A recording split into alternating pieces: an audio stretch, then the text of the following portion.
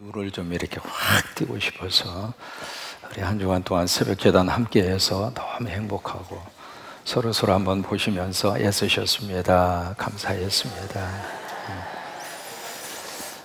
어떻게 하다 보니까 한 번만 나오라고 그래서 나왔는데 코가 꿰가지고, 근데 사실은 하나님의 은혜는 억지로라도 받는 것이 축복입니다.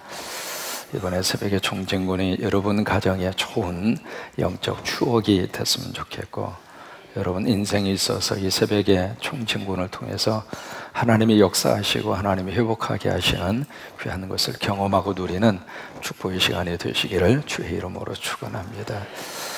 오늘 3장에 보시면은 여기에 하나님께서 스가랴에게 환상을 보여주십니다. 그래서 영어에 보시면 그렇게 되어 있습니다. He showed me. 그분이 나에게 보여주셨다고요. 여러분, 환상은 내가 찾을 수도 있습니다만은 꿈과 드림이라고 하는 것은 하나님이 주실 때 내 가슴 속에 박히는 겁니다. 우리 자녀들에게 하나님이 그런 환상을 꼭 주셨으면 좋겠고, 부부의 관계 속에 그런 환상을 하나님이 주셨으면 좋겠고, 또 우리의 삶의 자리 위에 하나님께서 놀라운 꿈을 다시 한번 보여주시게 되기를 원합니다. 그러면서 이제 지금 네 번째 환상을 보게 되는데, 1절에 보시면은 대제사장 여호수아가 어디 앞에 서 있느냐면 여호와의 천사 앞에 서 있습니다. 여기에 여호와의 천사가 누구일까? 영어 번역에 보시면 정관사로 되어 있습니다. The angel of the Lord. 그 정관사가 붙어 있다는 이야기는 고유명사거든요. 딱 한 분밖에 없다 그 말이에요. 그러니까 여기서 말씀을 하고 있는 여호와의 천사는 다른 사람이 아니라 메시아 예수 그리스도를 말합니다. 그러니까 지금 대제사장 여호수아가 누구 앞에 서 있느냐면 예수님 앞에 서 있는 거예요. 그러면 여기 여호수아가 누구인가? 성경은 이렇게 풀어가야 되거든요. 물론 표면적인 여호수아는 지금 하나님의 택함 받아서 이스라엘 백성들을 꿈에도 그리던 가나안 땅으로 인도하던 모세의 후계자 여호수아입니다. 근데 이 여호수아는 누구냐면 여기 제사장이다 그렇게 이야기했잖아요. 이 제사장이 누구냐면 베드로전서 1장에 와서 보시면은 바로 우리를 향하여 네 가지로 말씀을 하세요. 근데 그 중에 하나가 거룩한 백성이다. 두 번째가 왕 같은 제사장이다. 세 번째가 그의 소유된 백성이다. 이게 지금 네 가지로 말씀을 하시는데, 그 중에 하나가 바로 뭐냐면 나는 하나님 앞에 왕 같은 제사장이다 이 말이에요. 한번 해보실까요? 나는 하나님 앞에 왕 같은 제사장이다. 그러면 여기 여호수아는 누구냐면 곧 성도를 말합니다. 구체적으로 말하면 저와 여러분 한 사람 한 사람을 지금 환상을 통해서 보여주시는 거예요. 근데 우리가 지금 어디 앞에 서 있는가? 예수님 앞에 서 있는 거예요. 예수님 앞에 서 있는데 바로 그 오른쪽에 누가 등장을 하고 있느냐면 사탄이 등장을 해요. 사탄이 등장을 해서 1절에 보시면 그를 어떻게 하고 있느냐면 대적하고 있습니다. accuse 하고 있다 이 말이에요. 지금 참 묘한 환상을 하나님이 우리에게 보여주시고 있습니다. 지금 예수님 앞에 성도가 딱 서 있는데 그 성도 옆에는 사탄이 서서 그 성도를 향하여 계속 지금 참소하고 있는 거예요. 막 대적하고 있는 거예요. 이것이 영적 세계 속에서 지금 스가랴를 통해서 보여주시는 그런 모습입니다. 왜요? 이 마귀와 사탄의 전공은 바로 뭐냐면 참소입니다. 끊임없이 대적하고 고소하고 고발하고. 그것이 마귀와 사탄이 가장 프로로 할 수 있는 그들의 작전이에요. 끊임없이 마귀와 사탄은 서로의 관계 속에서 계속 대적하도록. 근데 그 대적을 어디까지 지금 가서 하고 있는가? 예수님 앞에서까지. 그래서 우리들의 흉험을, 우리들의 실수, 우리들의 잘못을 계속 지금 이 마귀와 사탄이 예수님에게 고해 바치는 거예요. 종교 개혁을 일으킨 마틴 루터가 아주 슬럼프에 빠져 있을 때, 왜냐하면 이 개혁을 일으킨다는 것이 쉬운 일이 아니었거든요. 그 당시의 종교는 국가였습니다. 국가의 권력보다도 더 큰 파워를 가지고 있었기 때문에 그 세력을 향하여 뭔가 이렇게 개혁을 한다, 이건 목숨을 걸어도 안 되는 일이었거든요. 그러니까 루터 입장으로서는 도저히 어떻게 부딪혀 보다가 슬럼프에 빠져 있는 그런 상태인데, 한 번은 이번에 환상 가운데 뭘 봤는가? 꿈을 꾸어요. 꿈을 꾸는데 거기에 마귀와 사탄이 딱 등장을 해서 큰 책을 한 권 가지고 옵니다. 그래서 그 책을 딱 가지고 와서 누터 앞에 딱 펴는 거예요. 딱 펴서 딱 이렇게 보니까 거기에 깨알 같은 글씨로 있는데 쭉 보니까 세상에 지금까지 누터가 살면서 지은 모든 죄가 거기에 다 기록이 돼 있는 거예요. 중학교 때 몰래 가서 복숭아 밭에 가서 복숭아 훔쳐 먹은 거, 그 다음에 원평이라고 하는 곳을 가다가 내려막길에서 탱자나무 밑에 50원짜리가 있었는데 그것을 주워가지고 아이스케이크 사 먹은 거, 이거 다 차성령이가 지은 죄입니다. 다 잊어버렸는데 잊어버렸던 그 죄를 사탄이 가지고 온 그 책에 그렇게 다 일일이 다 쓰여져 있는 거예요. 그것을 딱 보는 순간 누터가 고개를 떠올 수밖에 없죠. 근데 그 순간에 하나님께서 말씀을 기억하게 하신 거예요. 요한일서에 있는 말씀, 예수 그리스도의 보혈의 피로 너희의 모든 죄를 용서하였느니라. 그 말씀이 기억이 난 거예요. 여러분, 영적 세계에서 승리자가 될 수 있는 비결은 하나님 말씀이에요. 하나님의 말씀이 우리를 지켜주고 하나님의 말씀이 그 대적할 수 있고 하나님의 말씀으로 승리할 수 있어요. 그래서 설교 말씀은 많이 들어야 돼요. 왜? 들어놓아야 하나님이 입력을 시켜주시고 그것이 때가 돼서 꺼내서 말씀으로 대적하고 승리하도록. 그래서 말씀으로 선포하니까 마귀와 사탄이 떠나가는데, 그 전에 이 루터가 화도 화가 나니까 그 말씀을 하면서 옆에 있었던 잉크병을 들어서 사탄을 향하여 던지는 거예요. 예수 그리스도의 보혈의 피가 나를 용서했다. 그게 이제 루터의 삶 속에서 있었던 그의 유명한 일화입니다. 마귀와 사탄은 끊임없이 우리를 참소합니다. 당신이 무슨 주님의 일을 하겠다. 당신 과거를 생각해봐라. 대표기도 좀 하시라고 그러면은 그 마귀와 사탄이 우리를 참소합니다. 당신이 무슨 낯짝으로 무슨 대표기도를 한다고. 이게 지금 내가 지은 모든 죄에 대해서 나는 잊어버렸지만은 마귀와 사탄은 기억을 하고 있다가 그것을 계속 우리들의 곁에서 대적하고 참소하고. LA 지역은 전 세계 인종 시장입니다. 전 세계 인종들이 다 모여져서, 특별히 LA라고 하는 지역은 그런 도시예요. 그래서 이게 지금 그 미국 사람들이나 기타의 사람들 그 메이저 그 가장 중요한 그룹을 제하고 나서는 전체의 인종을 에트닉 그룹 또는 마이너리티라고 하는 말을 씁니다. 소수민족이다, 그렇게 이야기해요. 근데 그 소수민족이 수없이 많잖아요. 많은데 너무 가슴 아픈 통계 하나가 있습니다. 그것이 바로 뭐냐면 그 많은 소수민족 가운데 고소 고발을 가장 많이 하는 민족이, 죄송해요, 한국 사람이에요. 그렇게 고소 고발을 많이 해요. 어떻게 해서 이 사람이 영주권을 땄는데 그 영주권 가짜라는 거예요. 어떻게 해서 이 사람이 지금 미국에 돌아서 살고 있는데 그 사람이 지금 취업한 것이 위장 취업을 했다는 거예요. 저 사람 부부가 아니라고 하는 거예요. 이게 지금 소수민족이 살고 있는 그 그룹 안에서 가장 고소 고발이 많은 게 한국 사람이에요. 왜 그래요? 남의 나라 가서 먹고 사는 것도 힘든데, 하나로 뭉쳐도 지금 살기가 힘든데 그냥 너 죽고 나 죽자. 이게 지금 두 배후에 누가 있는가? 마귀와 사탄이 있는 거예요. 여러분, 우리가 예수 믿고 좀 손해보면 어때요? 내가 좀 끌어안아주면 뭐가 어때요? 근데 그 마음을 갖지 못하도록 누가 그렇게 우리를 생각으로 그리고 감정적으로 그렇게 부추기고 있는가? 마귀와 사탄이 그러고 있는 거예요. 여러분, 성령님이 우리에게 충만히 임하셔서 그런 유혹에 빠지지 않았으면 좋겠어요. 왜 이렇게 교인과 교인 사이에 그렇게 고소 고발이 그렇게 많아요? 지난번에 우리 어느 목사님 오셔서 말씀하시면서 나도 충격을 받았어요. 전주 시내에 40개 교회가 그냥 교인들끼리 고소 고발이 전주 지역만 40개라는 거예요. 이게 지금 승하리가 환상으로 보고 있는 것처럼 오른쪽에 서서 지금 대적하고 있는 마귀와 사탄, 그 무리에 교회와 성도들이 다 지금 물들고 있다, 이 말이에요. 서로 한번 알려주시기 바랍니다. 고소하지 맙시다. 시작.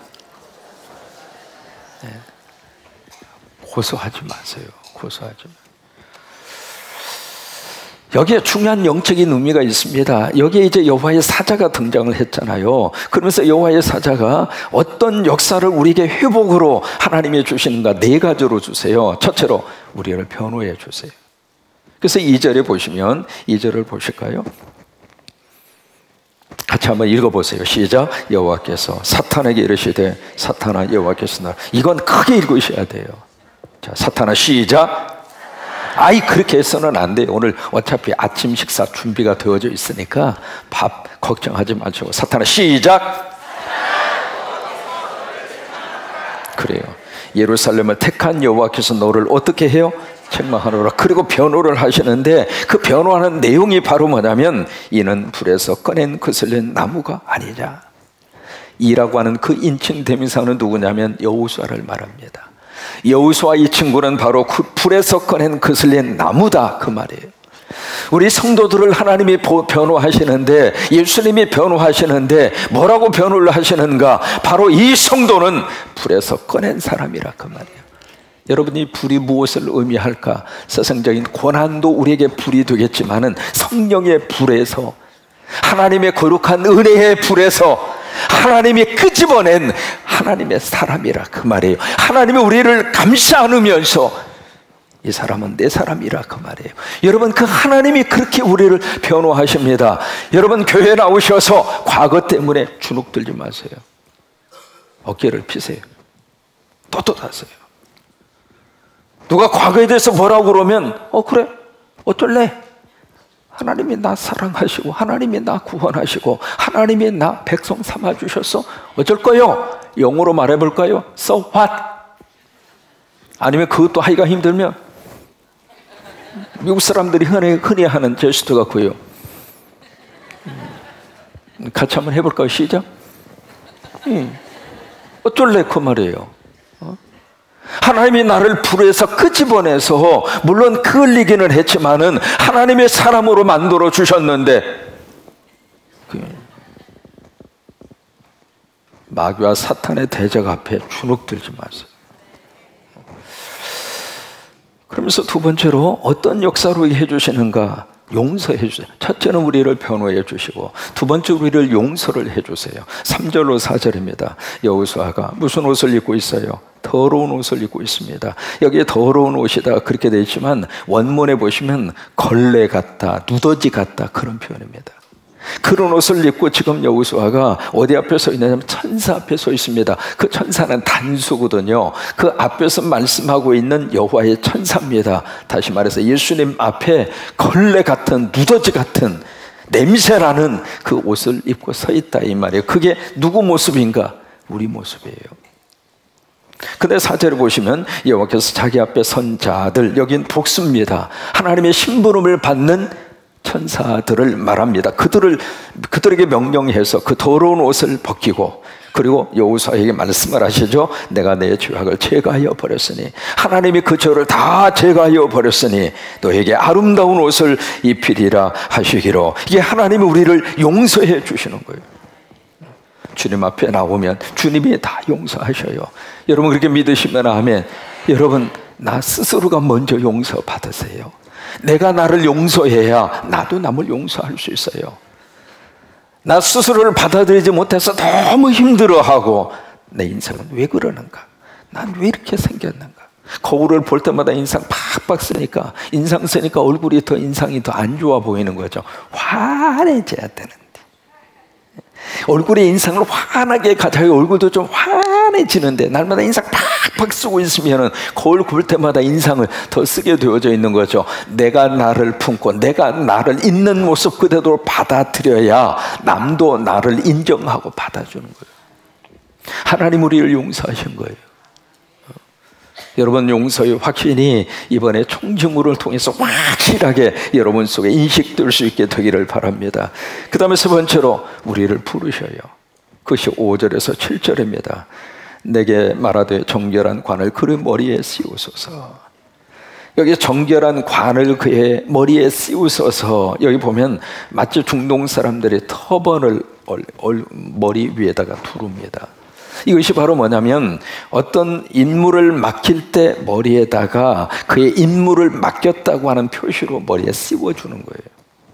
지금 우리를 무엇으로 지금 임무를 맡겨주셨는가? 제사장으로. 그러니까 왕같은 제사장으로 하나님 우리에게 임무를 맡겨주시는 거예요. 하나님이 주신 사명이에요. 그 사명을 맡겨주시면서 너는 나의 제사장이다. 그러니까 우리 힘으로 어떤 하나님의 직책과 하나님의 사명을 받은 것이 아니라 하나님이 우리를 부르셔서 하나님의 말씀으로 우리에게 그 사명을 주신 거예요.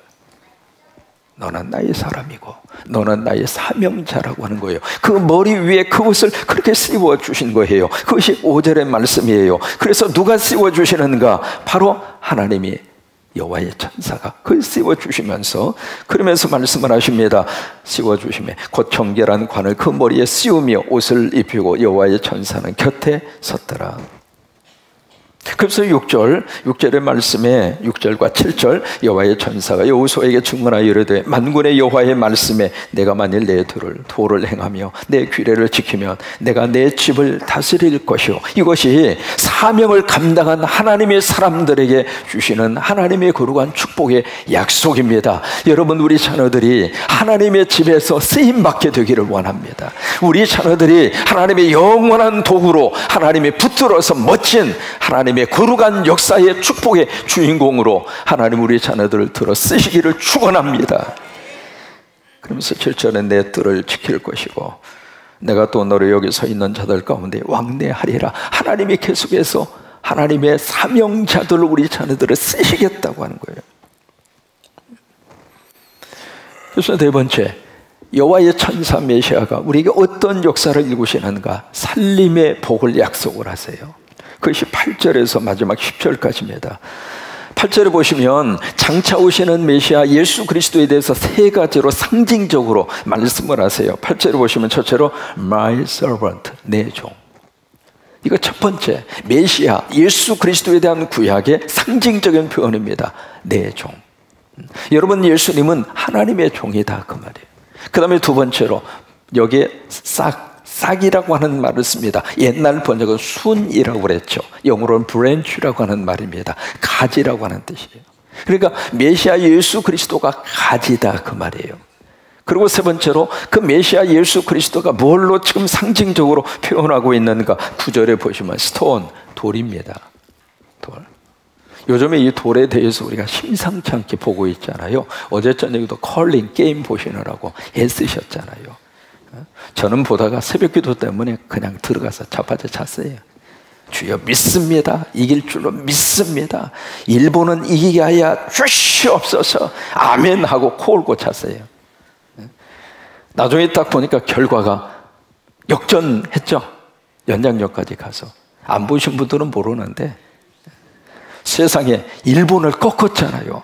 그때 그 스톤이 20kg짜리 돌멩이잖아요. 그 돌멩이 던져놓고 쓸고 닦고 이게 5,000년 동안 우리가 쓸고 닦은 거예요. 왜? 마루바닥 쓸고 닦았지, 방바닥 쓸고 닦았지. 그러니까 이게 5,000년 동안 닦은 실력이 이번에 드러나는 거예요. 근데 거기 이제 돌에 대해서 주목을 하는데 지금 예수님을, 메시아를 그렇게 지금 상징적으로 표현을 하고 있는 거예요. 그러면서 여기에 한번 보실까요? 9절에 보시면 내가 거기에 새길 것을 새기며, 그러면 그 돌에다가 무엇을 새기는가? 하나님의 자녀들의 이름을 새기셔요. 그러면서 이 땅의 죄악을 하루에 제거하리라. 그리고 마지막 10절에 보시면 만군의 여호와가 말하노라. 그날에 너희가 각각 포도나무 무화과나무 아래에서 서로 초대하리라. 이게 포도나무 무화과나무는 평화의 이미지입니다. 하나님의 백성들이 평화 가운데 살게 되리라, 그 말이에요. 하나님의 백성들이 화목하게 살게 되리라, 그 말이에요. 하나님의 백성들이 여호와의 왕국의 통치를 받고 살림의 복을 받으며 살게 되리라. 이것이 네 번째, 여호와의 사자 메시아 예수 그리스도를 통해서 하나님이 주시는 거룩한 약속의 축복이에요. 여러분이 회복의 주인공이 바로 여러분이 되시기를 바랍니다. 지난번 베트남 선교하고 있을 때 베트남 지역이 막 들썩들썩거렸습니다. 왜냐하면 베트남 축구 선수 23세 아래 U23 그 친구들이 베이징에 가가지고 아시아 그 축구 거기서 막 승승장구하고 막 올라갔잖아요. 막 질 것 같은데 또 올라가고 질 것 같은데 올라가고 그러다가 결승까지 간 거예요. 그리고 우리도 왔다 갔다 하다 그 소식을 듣고 주여 이기게 하여 주옵소서. 그래서 이제 그랬는데 세상에 극적으로 올라가서 나중에 결승까지 했잖아요. 그래서 근데 그 감독이 누구였어요?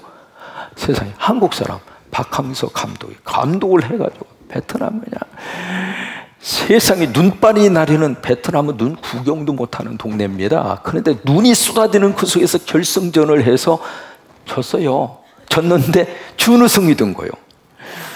베트남이 생긴 이래로 최고의 성적. 그 저녁에 옛날에 우리가 2002년에 월드컵 때 길거리로 나온 것처럼 베트남 사람들 거기는 모두가 다 오토바이족입니다.